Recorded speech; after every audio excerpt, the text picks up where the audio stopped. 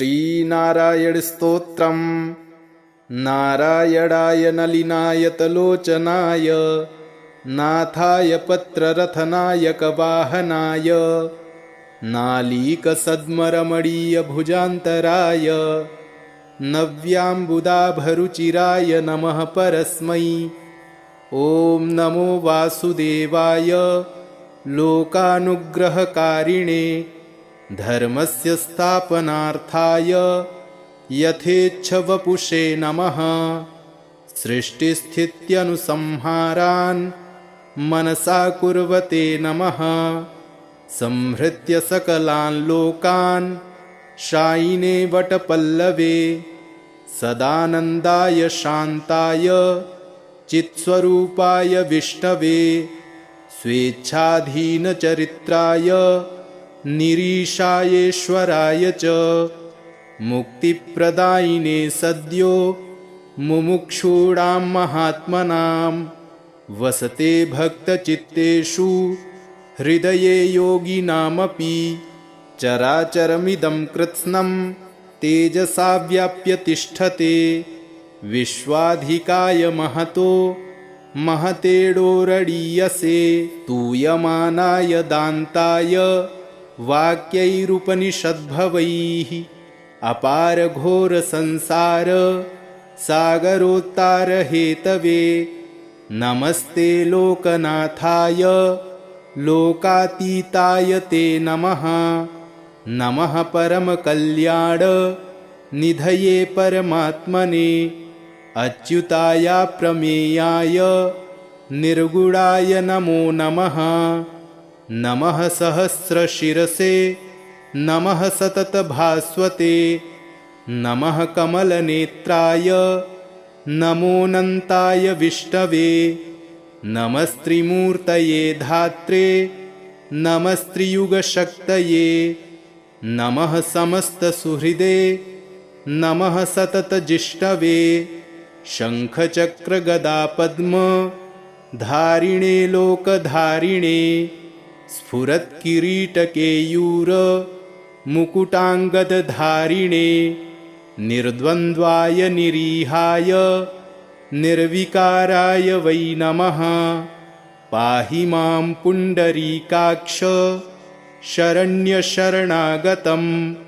त्वमेव सर्वभूतानामाश्रयः परमागतिः। त्वयि स्थितं यथा चित्तं न मे चञ्चलतां व्रजेत् तथा प्रसीद देवेश शरण्यं त्वागतोऽस्म्यहम्। नमस्तुभ्यं नमस्तुभ्यं भूयो भूयो नमो नमः। श्रीविष्णुशतनामस्तोत्रम्। वासुदेवं हृषीकेशं वामनं जलशायिनं जनार्दनं हरिं कृष्णं श्रीवक्षं गरुडध्वजं वाराहं पुण्डरीकाक्षं नृसिंहं नरकान्तकम् अव्यक्तं शाश्वतं विष्णुमनन्तमजमव्ययं नारायणं गदाध्यक्षं गोविन्दं कीर्तिभाजनं गोवर्धनोद्धरं देवं भूधरं भुवनेश्वरं वेत्तारं यज्ञपुरुषं यज्ञेशं यज्ञवाहकं चक्रपाणिं गदापाणिं शङ्खपाणिं नरोत्तमं वैकुण्ठं दुष्टदमनं भूगर्भं पीतवाससं त्रिविक्रमं त्रिकालज्ञं त्रिमूर्तिं नन्दिकेश्वरं रामं रामं हयग्रीवं भीमं रौद्रं भवोद्भवं श्रीपतिं श्रीधरं श्रीशं मङ्गलं मङ्गलायुधं दामोदरं दयोपेतं केशवं केशिसूदनं वरेण्यं वरदं विष्णु मानन्दं वसुदेवजं हिरण्यरेतसं दीप्तं पुराणं पुरुषोत्तमं सकलं निष्कलं शुद्धं निर्गुणं गुणशाश्वतं हिरण्यतनुसङ्काशं सूर्यायुतसमप्रभं मेघश्यामं चतुर्बाहुं कुशलं कमलेक्षणं ज्योतिरूपमरूपं च स्वरूपं रूपसंस्थितं सर्वज्ञं सर्वरूपस्थं सर्वेशं सर्वतोमुखं ज्ञानं कूटस्थमचलं ज्ञानदं परमं प्रभुं योगीशं योगनिष्णान्तं योगिनं योगरूपिणम् ईश्वरं सर्वभूतानां वन्दे भूतमयं प्रभुम् इति नाम शतं दिव्यं वैष्णवं खलु पापहं व्यासेन कथितं पूर्वं सर्वपापप्रणाशनं यः पठेत् प्रातरुत्थाय स भवेद्वैष्णवो नरः सर्वपापविशुद्धात्मा विष्णुसायुज्यमाप्नुयात् चान्द्रायणसहस्राणि कन्यादानशतानि च गवां लक्षसहस्राणि मुक्तिभागी भवेन्नरः अश्वमेधायुतं पुण्यं फलं प्राप्नोति मानवः नारायणाय नलिनायतलोचनाय नाथाय पत्ररथनायकवाहनाय नालीकसद्मरमणीयभुजान्तराय नव्याम्बुदाभरुचिराय नमः परस्मै ॐ नमो वासुदेवाय लोकानुग्रहकारिणे धर्मस्य स्थापनार्थाय यथेच्छवपुषे नमः सृष्टिस्थित्यनुसंहारान् मनसा कुर्वते नमः संहृत्य सकलान् लोकान् शायिने वटपल्लवे सदानन्दाय शान्ताय चित्स्वरूपाय विष्णवे स्वेच्छाधीनचरित्राय निरीशायेश्वराय च मुक्तिप्रदायिने सद्यो मुमुक्षूणां महात्मनां वसते भक्तचित्तेषु हृदये योगिनामपि चराचरमिदं कृत्स्नं तेजसा व्याप्य तिष्ठते विश्वाधिकाय महतो महतेडोरडीयसे तूयमानाय दान्ताय वाक्यैरुपनिषद्भवैः अपारघोरसंसार सागरोत्तारहेतवे नमस्ते लोकनाथाय लोकातीताय ते नमः नमः परमकल्याण निधये परमात्मने अच्युताय प्रमेयाय निर्गुणाय नमो नमः नमः सहस्रशिरसे नमः सततभास्वते नमः कमलनेत्राय नमोऽनन्ताय विष्णवे नमस्त्रिमूर्तये धात्रे नमस्त्रियुगशक्तये नमः समस्तसुहृदे नमः सततजिष्टवे शङ्खचक्रगदापद्म धारिणे लोकधारिणे स्फुरत्किरीटकेयूर मुकुटाङ्गदधारिणे निर्द्वन्द्वाय निरीहाय निर्विकाराय वै नमः पाहि मां पुण्डरीकाक्ष शरण्यशरणागतं त्वमेव सर्वभूतानामाश्रयः परमागतिः त्वयि स्थितं यथा चित्तं न मे चञ्चलतां व्रजेत् तथा प्रसीद देवेश शरण्यं त्वागतोऽस्म्यहम् नमस्तुभ्यं नमस्तुभ्यं भूयो भूयो नमो नमः वासुदेवं हृषीकेशं वामनं जलशायिनं जनार्दनं हरिं कृष्णं श्रीवक्षं गरुडध्वजं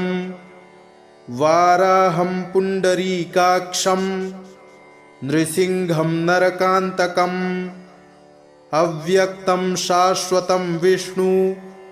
मनन्तमजमव्ययं नारायणं गदाध्यक्षं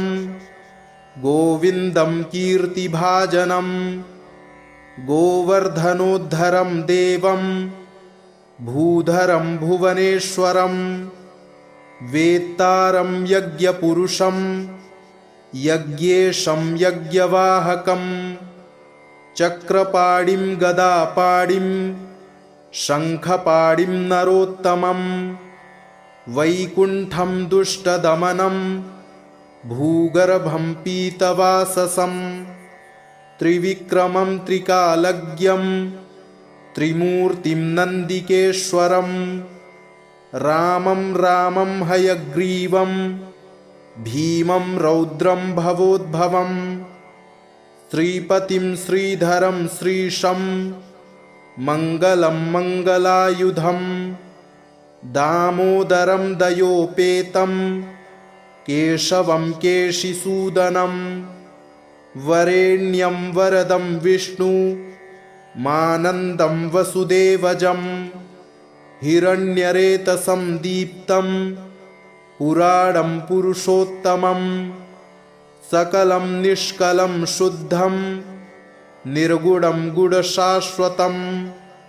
हिरण्यतनुसङ्काशं सूर्यायुतसमप्रभं मेघश्यामं चतुर्बाहुं कुशलं कमलेक्षणं ज्योतिरूपमरूपं च स्वरूपं रूपसंस्थितं सर्वज्ञं सर्वरूपस्थं सर्वेशं सर्वतोमुखं ज्ञानं कूटस्थमचलं ज्ञानदं परमं प्रभुं योगीशं योगनिष्णान्तं योगिनं योगरूपिणम् ईश्वरं सर्वभूतानां वन्दे भूतमयं प्रभुम् इति नाम शतं दिव्यं वैष्णवं खलु पापहं व्यासेन कथितं पूर्वं सर्वपापप्रणाशनं यः पठेत् प्रातरुत्थाय स भवेद्वैष्णवो नरः सर्वपापविशुद्धात्मा विष्णुसायुज्यमाप्नुयात् चान्द्रायणसहस्राणि कन्यादानशतानि च गवां लक्षसहस्राणि मुक्तिभागी भवेन्नरः अश्वमेधायुतं पुण्यं फलं प्राप्नोति मानवः नारायणाय नलिनायतलोचनाय नाथाय पत्ररथनायकवाहनाय नालीकसद्मरमणीयभुजान्तराय नव्याम्बुदाभरुचिराय नमः परस्मै ॐ नमो वासुदेवाय लोकानुग्रहकारिणे धर्मस्य स्थापनार्थाय यथेच्छवपुषे नमः सृष्टिस्थित्यनुसंहारान् मनसा कुर्वते नमः संहृत्य सकलान् लोकान् शायिने वटपल्लवे सदानन्दाय शान्ताय चित्स्वरूपाय विष्णवे स्वेच्छाधीनचरित्राय निरीशायेश्वराय च मुक्तिप्रदायिने सद्यो मुमुक्षूणां महात्मनां वसते भक्तचित्तेषु हृदये योगिनामपि चराचरमिदं कृत्स्नं तेजसा व्याप्य तिष्ठते विश्वाधिकाय महतो महतेडोरडीयसे तूयमानाय दान्ताय वाक्यैरुपनिषद्भवैः अपारघोरसंसार सागरोत्तारहेतवे नमस्ते लोकनाथाय लोकातीताय ते नमः नमः परमकल्याण निधये परमात्मने अच्युताय प्रमेयाय निर्गुणाय नमो नमः नमः सहस्रशिरसे नमः सततभास्वते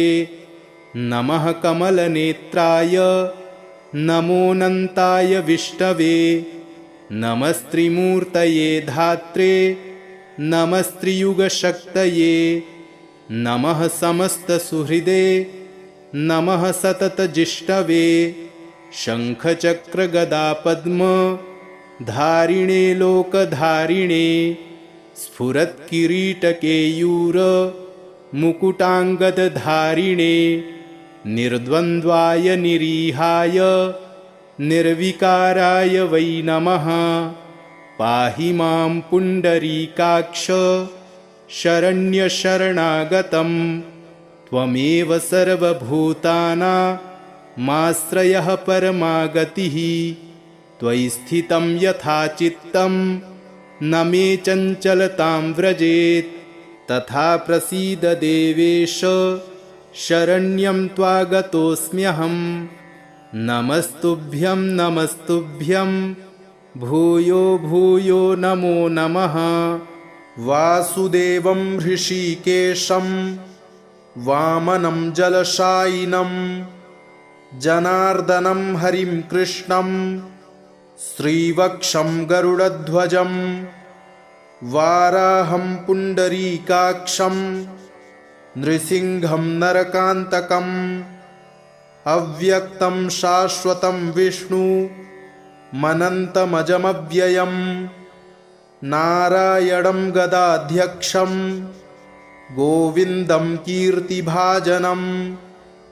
गोवर्धनोद्धरं देवं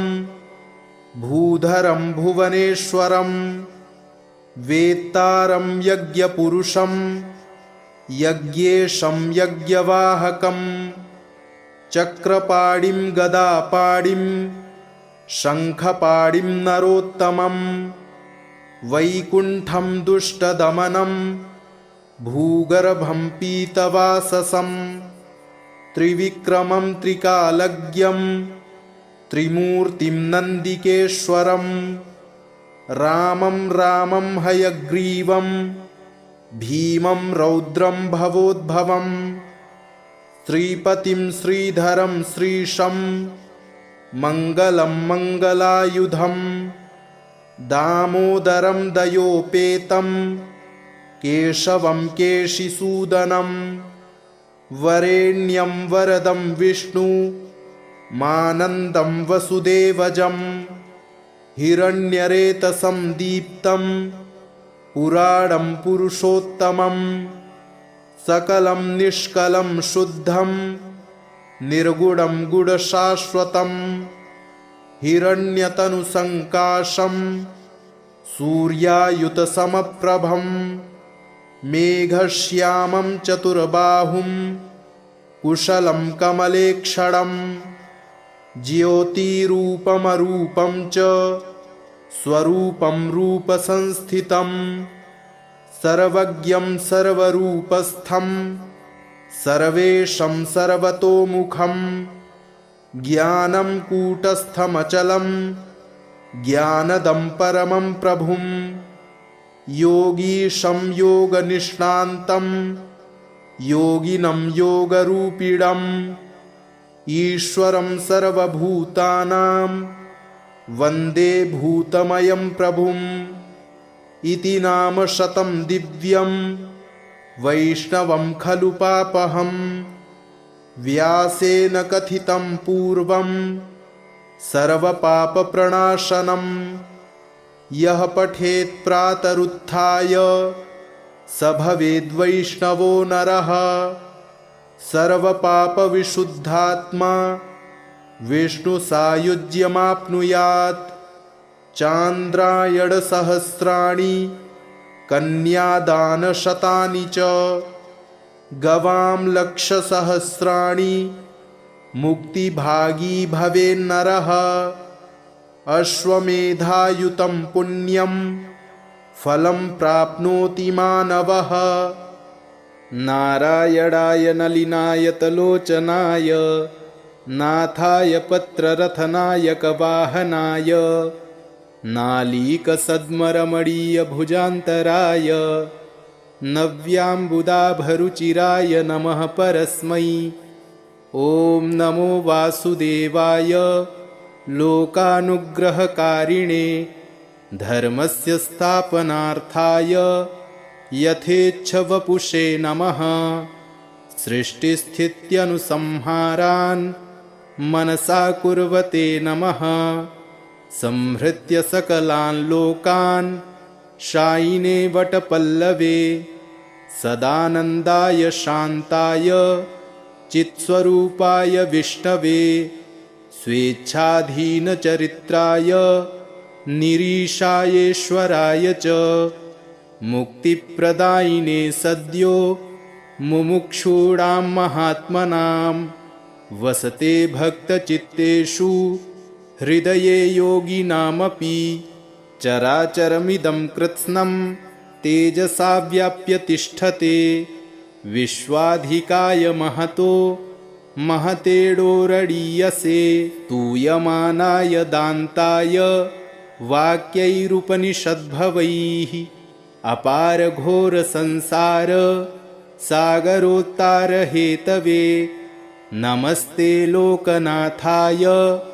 लोकातीताय ते नमः। नमः परमकल्याण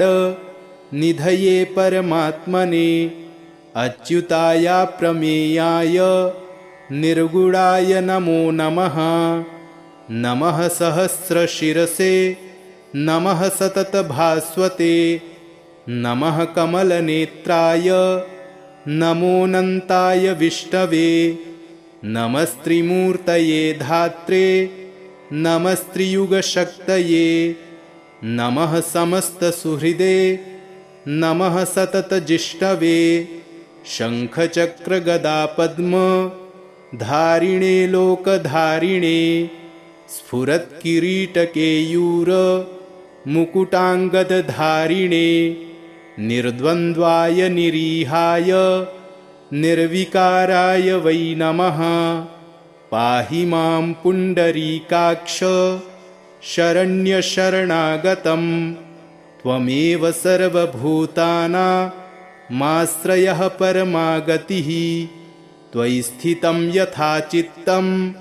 न मे चञ्चलतां व्रजेत् तथा प्रसीद देवेश शरण्यं त्वागतोऽस्म्यहम्। नमस्तुभ्यं नमस्तुभ्यं भूयो भूयो नमो नमः। वासुदेवं हृषीकेशं वामनं जलशायिनं जनार्दनं हरिं कृष्णं श्रीवक्षं गरुडध्वजं वाराहं पुण्डरीकाक्षं नृसिंहं नरकान्तकम् अव्यक्तं शाश्वतं विष्णुमनन्तमजमव्ययं नारायणं गदाध्यक्षं गोविन्दं कीर्तिभाजनं गोवर्धनोद्धरं देवं भूधरं भुवनेश्वरं वेत्तारं यज्ञपुरुषं यज्ञेशं यज्ञवाहकं चक्रपाणिं गदापाणिं शङ्खपाणिं नरोत्तमं वैकुण्ठं दुष्टदमनं भूगर्भं पीतवाससं त्रिविक्रमं त्रिकालज्ञं त्रिमूर्तिं नन्दिकेश्वरं रामं रामं हयग्रीवं भीमं रौद्रं भवोद्भवं श्रीपतिं श्रीधरं श्रीशं मङ्गलं मङ्गलायुधं दामोदरं दयोपेतं केशवं केशिसूदनं वरेण्यं वरदं विष्णु मानन्दं वसुदेवजं हिरण्यरेतसं दीप्तं पुराणं पुरुषोत्तमं सकलं निष्कलं शुद्धं निर्गुणं गुणशाश्वतं हिरण्यतनुसङ्काशं सूर्यायुतसमप्रभं मेघश्यामं चतुर्बाहुं कुशलं कमलेक्षणं ज्योतिरूपमरूपं च स्वरूपं रूपसंस्थितं सर्वज्ञं सर्वरूपस्थं सर्वेशं सर्वतोमुखं ज्ञानं कूटस्थमचलं ज्ञानदं परमं प्रभुं योगीशं योगनिष्णान्तं योगिनं योगरूपिणम् ईश्वरं सर्वभूतानां वन्दे भूतमयं प्रभुम् इति नाम शतं दिव्यं वैष्णवं खलु पापहम् व्यासेन कथितं पूर्वं सर्वपापप्रणाशनं यः पठेत् प्रातरुत्थाय स भवेद्वैष्णवो नरः सर्वपापविशुद्धात्मा विष्णुसायुज्यमाप्नुयात् चान्द्रायणसहस्राणि कन्यादानशतानि च गवां लक्षसहस्राणि मुक्तिभागी भवेन्नरः अश्वमेधायुतं पुण्यं फलं प्राप्नोति मानवः नारायणाय नलिनायतलोचनाय नाथाय पत्ररथनायकवाहनाय नालीकसद्मरमणीयभुजान्तराय नव्याम्बुदाभरुचिराय नमः परस्मै। ॐ नमो वासुदेवाय लोकानुग्रहकारिणे धर्मस्य स्थापनार्थाय यथेच्छवपुषे नमः। सृष्टिस्थित्यनुसंहारान् मनसा कुर्वते नमः। संहृत्य सकलान् लोकान् शायिने वटपल्लवे सदानन्दाय शान्ताय चित्स्वरूपाय विष्णवे स्वेच्छाधीनचरित्राय निरीशायेश्वराय च मुक्तिप्रदायिने सद्यो मुमुक्षूणां महात्मनां वसते भक्तचित्तेषु हृदये योगिनामपि चराचरमिदं कृत्स्नं तेजसा व्याप्य तिष्ठते विश्वाधिकाय महतो महतेडोरडीयसे तूयमानाय दान्ताय वाक्यैरुपनिषद्भवैः अपारघोरसंसार सागरोत्तारहेतवे नमस्ते लोकनाथाय लोकातीताय ते नमः। नमः परमकल्याण निधये परमात्मने अच्युताय प्रमेयाय निर्गुणाय नमो नमः। नमः सहस्रशिरसे नमः सततभास्वते नमः कमलनेत्राय नमोऽनन्ताय विष्णवे नमस्त्रिमूर्तये धात्रे नमस्त्रियुगशक्तये नमः समस्तसुहृदे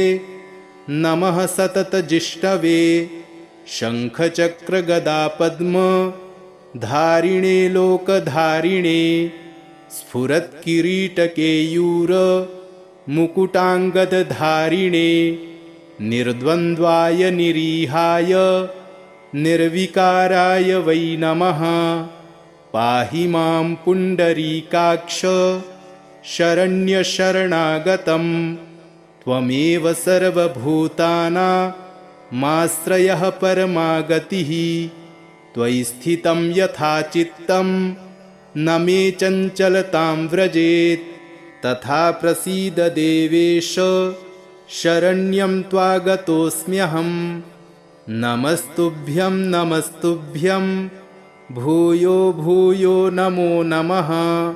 वासुदेवं हृषीकेशं वामनं जलशायिनं जनार्दनं हरिं कृष्णं श्रीवक्षं गरुडध्वजं वाराहं पुण्डरीकाक्षं नृसिंहं नरकान्तकम् अव्यक्तं शाश्वतं विष्णु मनन्तमजमव्ययम् नारायणं गदाध्यक्षं गोविन्दं कीर्तिभाजनं गोवर्धनोद्धरं देवं भूधरं भुवनेश्वरं